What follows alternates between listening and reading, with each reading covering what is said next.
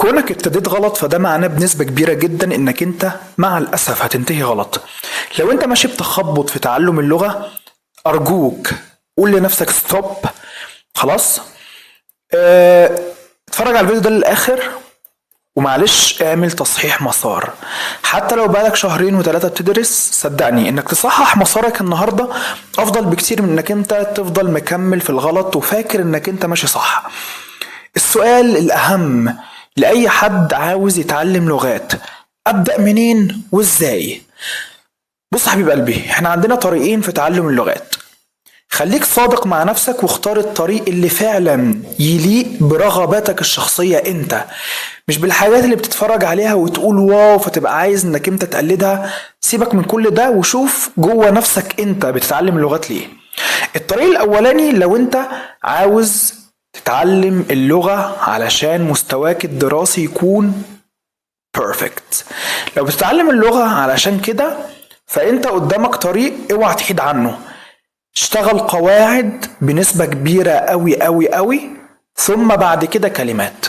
تاني، لو هدفك الرئيسي وغايتك الأساسية من تعلم اللغات انك انت تحسن مستواك الدراسي، ايا بقى كان هو ايه مستواك الدراسي ده، كنت في ثانوي او في جامعة او حتى اقل من كده او اكبر من كده، فانت طريقك معروف.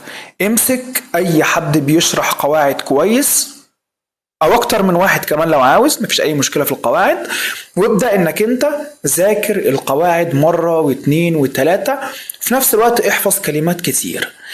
ده الطريق المختصر علشان تكون كويس دراسيا في اللغة. اما بقى لو انت بتدرس اللغات علشان التواصل، علشان انت محتاجها بعد كده في شغل، عشان انت محتاجها في السياحة او سفر او دراسة برا مصر او برا الوطن العربي وهكذا، فبرضه ما قدامكش الا طريق واحد، من غير اي تخبط، من غير اي توهان، من غير اي بقى كل شوية عمال ابدأ وانتهي وابدأ وانتهي. اعمل اللي اقوله لك بالظبط وما تحدش عنه. احفظ كلمات كتير قوي قوي قوي فوق ما ممكن تتخيل، وحاول انك انت تحفظ الكلمات دي وسط جمل او ضمن قصة او رواية او خطاب او ايا كان.